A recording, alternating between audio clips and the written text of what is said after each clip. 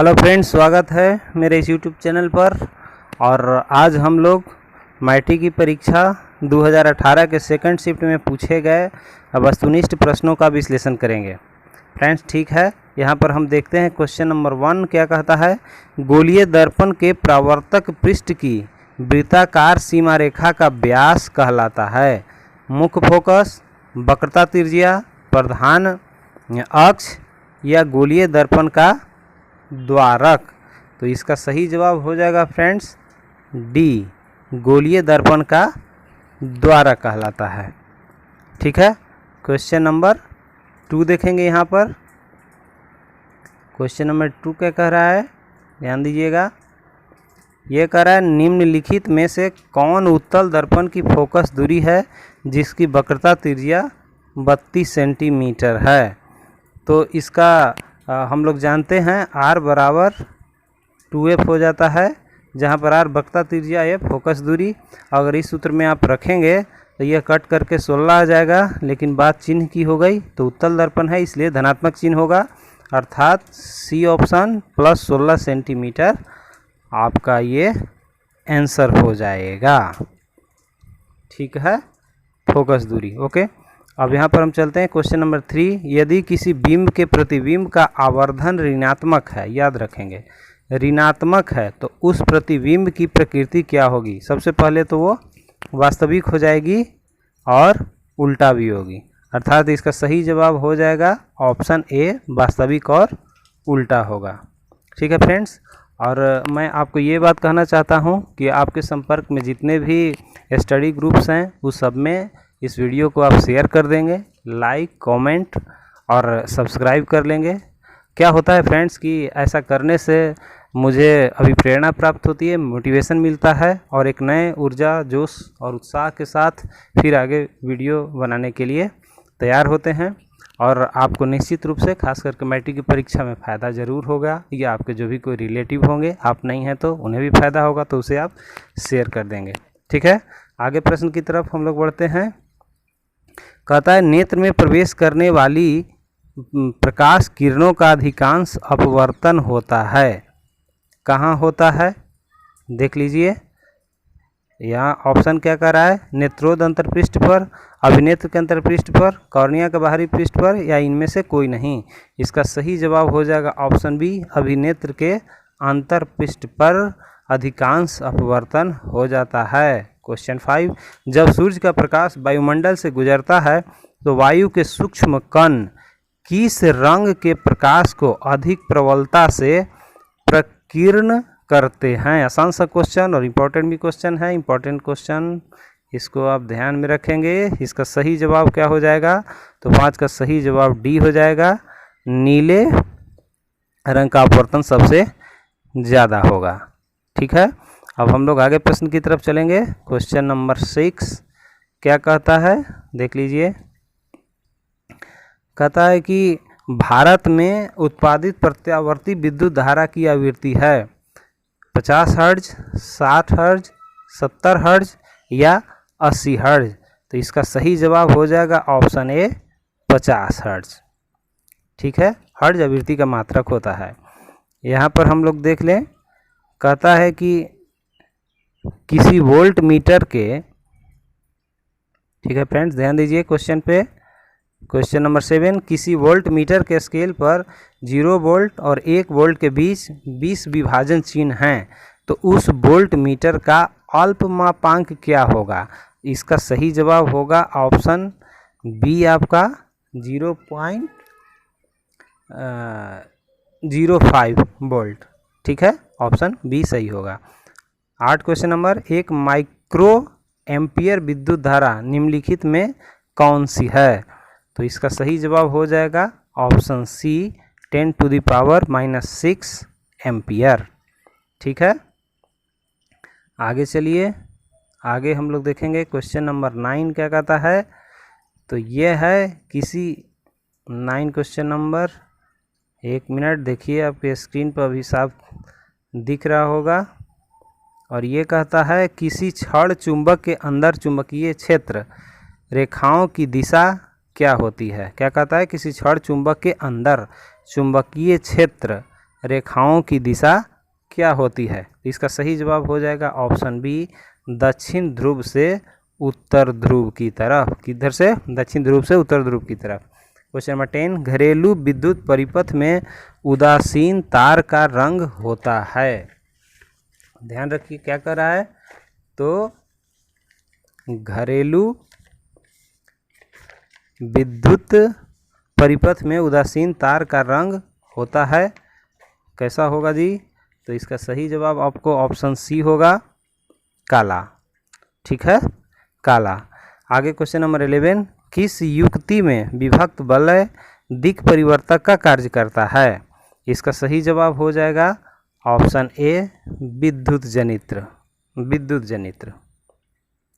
ठीक है, question number 12 हम लोग देखते हैं, जल विद्युत संयंत्र किस ऊर्जा को विद्युत ऊर्जा में रूपांतरित करता है? इसका सही जवाब हो जाएगा ऑप्शन डी, स्थितिज ऊर्जा को। जल विद्युत ऊर्जा में क्या होता है, ऊपर से जब नीचे गिरता है तो टरबाइन से घूमता है और उसके अनुसार जब घूमने से विद्युत धारा उत्पन्न की जाती है, जो हमारे बड़े काम की चीज़ होती है। तो ठीक है, स्थितिज ऊर्जा इसका सही आंसर होगा। आगे प्रश्न की तरफ हम लोग बढ़ेंगे और क्वेश्चन नंबर 13 होगा, हम लोग देखेंगे क्वेश्चन नंबर 13 क्या कहता है। तो क्वेश्चन नंबर 13 है, नरौरा नाभिकीय विद्युत संयंत्र किस राज्य में स्थित है? तो इसका सही जवाब हो जाएगा आपको ऑप्शन सी, उत्तर प्रदेश में है। ठीक है, अब आगे हम लोग देखें, निम्नलिखित में से कौन सा बुझा हुआ चूना है? तो इसका सही जवाब हो जाएगा ऑप्शन बी, CaOS का हॉल 2। देखिए यह पीछे भी परीक्षा पूछा गया है, इसलिए इसको इम्पॉर्टेंट के रूप में याद रखेंगे। ठीक है, अब आगे प्रश्न की तरफ हम लोग चलते हैं। क्वेश्चन नंबर आपको यहाँ पर दिख रहा है 15, Zn+USO4 ZnSO4 प्लस Cu ऊपर दी हुई रासायनिक अभिक्रिया किस प्रकार की है? तो यह किस प्रकार की अभिक्रिया हो जाएगी? तो यह विस्थापन अभिक्रिया हो जाएगी। ठीक है, यहाँ पर हम लोग देखेंगे क्वेश्चन नंबर 16 क्या कहता है। क्वेश्चन नंबर 16 कह रहा है कि कोई विलयन नीले लिटमस पत्र को लाल कर देता है तो इसका pH मान संभवतः कितना होगा? अर्थात नीले लिटमस पत्र को लाल करेगा तो उसका pH मान हो जाएगा आपको ऑप्शन ए 5 हो जाएगा। क्वेश्चन नंबर 17, ऑक्जेलिक अम्ल का प्राकृतिक स्रोत निम्नलिखित में कौन है? तो इसका सही जवाब हो जाएगा टमाटर। टमाटर। ठीक है, क्वेश्चन नंबर 18, निम्नलिखित में कौन सबसे अधिक अभिक्रियाशील धातु है? सबसे ज़्यादा अभिक्रियाशील धातु कौन है? सोचिए आप, हालांकि आप जानते होंगे। तो इसका सही जवाब हो जाएगा ऑप्शन डी के, पोटेशियम। ठीक है, अब यहाँ पर देखते हैं क्वेश्चन नंबर 19 क्या कहता है। क्वेश्चन नंबर 19, एक्वारेजिया रॉयल जल किस अनुपात में सांद्र हाइड्रोक्लोरिक अम्ल एवं सांद्र नाइट्रिक अम्ल का ताज़ा मिश्रण होता है? तो इसका सही जवाब हो जाएगा ऑप्शन सी, 3:1। क्वेश्चन नंबर 20 देख लीजिए, CO का प्रक्रियात्मक समूह निम्नलिखित में कौन है? ये देख रहे, इसका प्रक्रियात्मक समूह पूछता है तो इसका सही जवाब हो जाएगा आपको D, aldehyde. Aldehyde. Question number 21 question number क्या कहता है कि प्रोपेन का आणविक सूत्र C3H8 है, इनमें क्या होगा? तो इसका सही जवाब हो जाएगा ऑप्शन डी, 10 सहसंयोजक आबंध है। ठीक है, अब हम लोग क्वेश्चन नंबर 22 की तरफ देखेंगे। क्वेश्चन नंबर 22 क्या कर रहा है? तो ये है, आधुनिक आवर्त सारणी में बाईं ओर से, मतलब बाईं से दाईं ओर जाने पर परमाणु साइज आकार क्या होता है? बढ़ता है, घटता है, परिवर्तित रहता है? इनमें से कोई नहीं। तो बाएं से जब हम लोग दाएं की ओर बढ़ेंगे तो उसका जो आकार होगा वह बढ़ेगा, आकार बढ़ेगा। क्वेश्चन नंबर 23, आधुनिक आवर्त सारणी के कितने ऊर्ध्व स्तंभ हैं? कितने ऊर्ध्व स्तंभ हैं? तो इसका सही जवाब ऑप्शन डी हो जाएगा 18। ठीक है फ्रेंड्स, आगे प्रश्न की तरफ हम लोग चलें। ये क्वेश्चन नंबर 24 ये कहता है कि एक छात्र प्रश्नावली में लिए गए सोडियम बाइकार्बोनेट के तनु विलयन में सार्वभौमिक सूचक की कुछ बूंदें मिलाता है तो निम्नलिखित में से कौन सा रंग दिखेगा। इसका सही जवाब हो जाएगा ऑप्शन डी, पीला दिखेगा। कैसा दिखेगा? पीला दिखेगा। 25 जब मैग्नीशियम के फीता को जलाया जाता है तो उत्पन्न आग की लौ का रंग होता है। किस प्रकार का लौ का रंग होगा? तो इसका जवाब हो जाएगा ऑप्शन सी, चमकीला उजला होगा। कैसा होगा? चमकीला उजला होगा।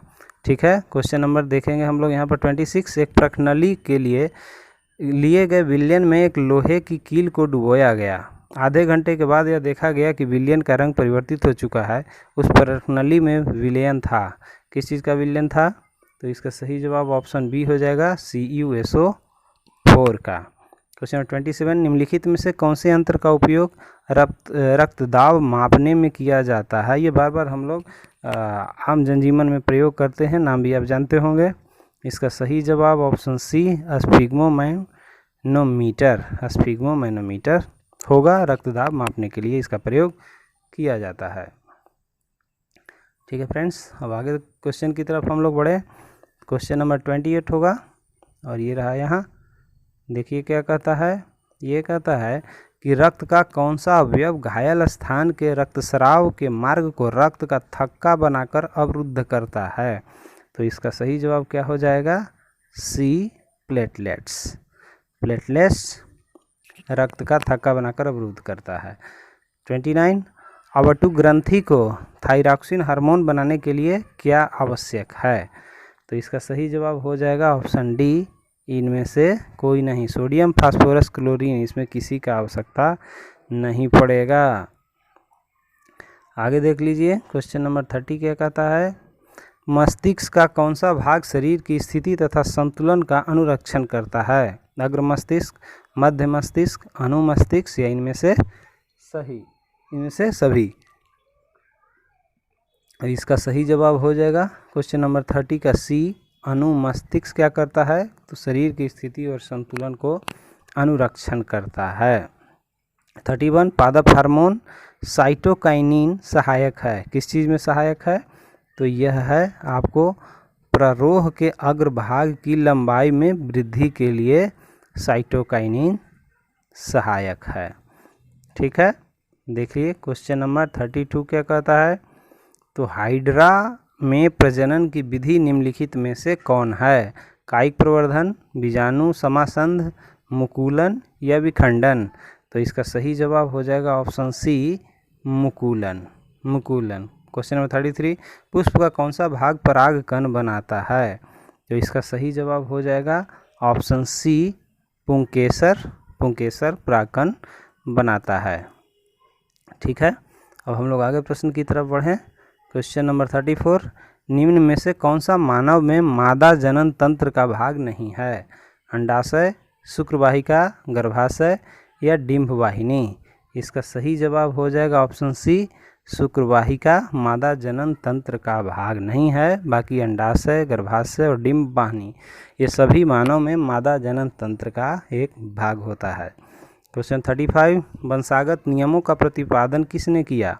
इसका सही जवाब हो जाएगा ऑप्शन डी, ग्रेगर। कौन है? ऑप्शन डी साफ से हम लोग यहाँ पर देख लेते हैं। तो ग्रेगर जॉन मेंडल। ठीक है, वंशागत नियमों का प्रतिपादन किसने किया? Option D, Gregor John Mendel ने किया। ठीक है, जॉन मेंडल भी इसे ध्यान में आप रख सकते हैं। क्वेश्चन 36 स्त्रियों में लिंग गुणसूत्र का युग्म होता है। कौन सा युग्म होता है? तो आपको पता होना चाहिए, ये XX युग्म होता है। आगे देखिए क्वेश्चन नंबर 37 क्या कहता है। तो यह कहता है कि मंड परीक्षण के लिए हरी पत्ती पर आयोडीन डालने से पहले पत्ती को एल्कोहल में उबाला जाता है। किस लिए? तो यह सही जवाब हो जाएगा ऑप्शन बी, क्लोरोफिल को घोलने के लिए। चलिए क्वेश्चन 38 स्लाइड को सर्वप्रथम कंपाउंड माइक्रोस्कोप से देखा जाता है। कितना पर? तो ये हो जाएगा इसका सही आंसर आपको ऑप्शन डी 45 पर, 45 पर। ठीक है, अब आगे देखिए क्वेश्चन नंबर 39, लास्ट प्रश्न की तरफ हम लोग बढ़ रहे हैं। आज का संभवतः सेकेंड लास्ट क्वेश्चन है। दो तंत्रिका कोशिका के मध्य खाली स्थान को कहते हैं, क्या कहते हैं? इसका सही जवाब बी हो गया सिनेप्स, सिनेप्स। क्वेश्चन नंबर 40, निम्न में कौन आहार श्रृंखला का निर्माण करता है? तो इसका सही जवाब हो जाएगा ऑप्शन बी, घास, बकरी तथा मानव ये आहार श्रृंखला का निर्माण करते हैं। और इसी के साथ आज का वीडियो समाप्त हुआ। मैं फिर से एक बार आग्रह करता हूँ, वीडियो को लाइक, कमेंट, शेयर, सब्सक्राइब ज़रूर कीजिए। और इस तरह के और भी वीडियो हम आगे बनाते रहेंगे, जिससे आपको परीक्षा में मदद मिल सके और अच्छे मार्क्स से आप पास हो सकें। बहुत बहुत धन्यवाद।